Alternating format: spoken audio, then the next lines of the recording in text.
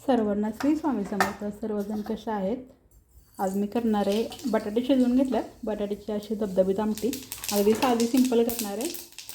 तेल गरम झालं, जिरं मोहरी घालून घेतले, कांदा घातला आहे, कांदा भाजायसाठी थोडंसं मीठ घातलं आहे. चांगला कांदा लालसर होऊ द्यायचा.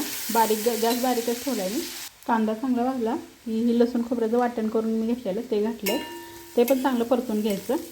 त्यात हिंग घातलं आहे, हळद घातल्या आणि थोडासा गरम मसाला घातला आहे. ते चांगलं भाजलं की लाल तिखट घालून घ्यायचं आहे. सारखी ग्रेव्ही व्हायसाठी थोडंसं पाणी घातलं आहे. बघा चांगलं तेल सुटलं आहे.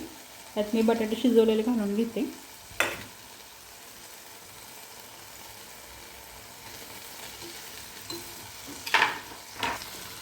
आणि चिरून घेतलं आणि एक जीव करून असं परतायचं. छान लागते कधीतरी वेगळी टेस्ट रस्सा भाजी. मीठ मी मग अशी घातलं होतं थोडंसं, त्यामुळे आता नाही घातलं चालतं आहे. आपल्या अंदाजानं घालायचं. वरून कोथिंबीर घालते. एक दोन उकळी आली की गॅस बंद करायचा. या सर्वजण जेवाय. आज जेवणात बटाट्याची रस्सा भाजी, पापड, लिंबाचं लोणचं, चपाती, भाजी.